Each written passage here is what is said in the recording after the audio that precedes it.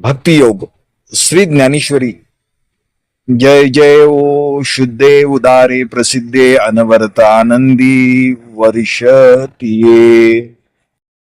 मंगल चरणात माऊली आपल्या सद्गुरूंना श्री निवृत्तीनाथ ब्रह्मविद्या किंवा आत्मविद्या मानून त्यांची स्तुती करत आहेत। जय जय ओ शुद्धे हे अत्यंत शुद्ध आणि पवित्र समज स्वरूप असणाऱ्या माते आत्मविद्ये तुझ्या जय जयकार असो। तू निर्दोष आणि चैतन्यमय आहेस। उदारे प्रसिद्धे तू अत्यंत उदार आहेस आणि तुझे औदार्य सर्वत्र प्रसिद्ध आहे। जो तुझ्याकडे येतो त्याला तू मोक्ष देण्यासही मागे पुढे पाहत नाहीस। जिथे तू आपल्या भक्तावर सतत अनवरत परमानंदाचा वर्षाव करणारी आहेस, तुझ्या कृपेने भक्ताच्या जीवनातील दुःख नाहीसे हो त्याला अखंड आनंद देते। जय जय ओ शुद्धे परमशुद्धतेचा जय जयकार। येथे शुद्ध म्हणजे केवळ स्वच्छ नव्हे तर मायाविरहित। ज्ञानेश्वर माऊली म्हणतात की ही आत्मविद्या इतकी शुद्ध आहे की जिला त्रिगुणाचा सत्व रज तम स्पर्शही झालेला नाही। ती आरशासारखी स्वच्छ आहे, ज्यात आत्म्याचे खरे स्वरूप दिसते। ही शुद्धता अज्ञानाचा नाश करणारी आहे।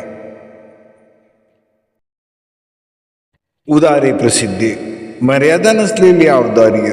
जगातील दानशूर व्यक्ती एखादी वस्तू देतात, पण ही विद्या किंवा गुरुकृपा स्वतःलाच देऊन टाकते। गहनार्थ उदारतेची परिसीमा म्हणजे जो शरण येतो त्याला ही विद्या द्वैत मी आणि तू हा भेद मिटवून स्वतःचे ब्रह्मस्वरूप देऊन टाकते।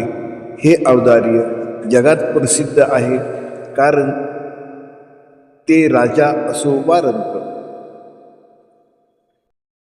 अनवर्त आनंदे काळाच्या पलीकडचा आनंद। लौकिक जगात मिळणारा आनंद क्षणभंगूर असतो आणि जातो, पण माऊली ज्या आनंदाचा उल्लेख करत आहे तो अनवर्त कंटिन्युअस आहे।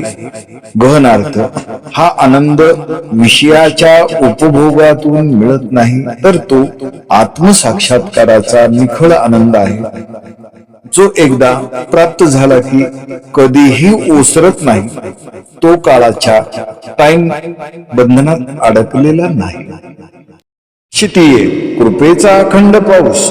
जसा पाऊस भेदभाव न करता सर्व जमिनीवर पडतो, तशी ही ब्रह्मविद्या किंवा गुरुकृपा भक्ताच्या अंतःकरणात सतत पाझरत असते।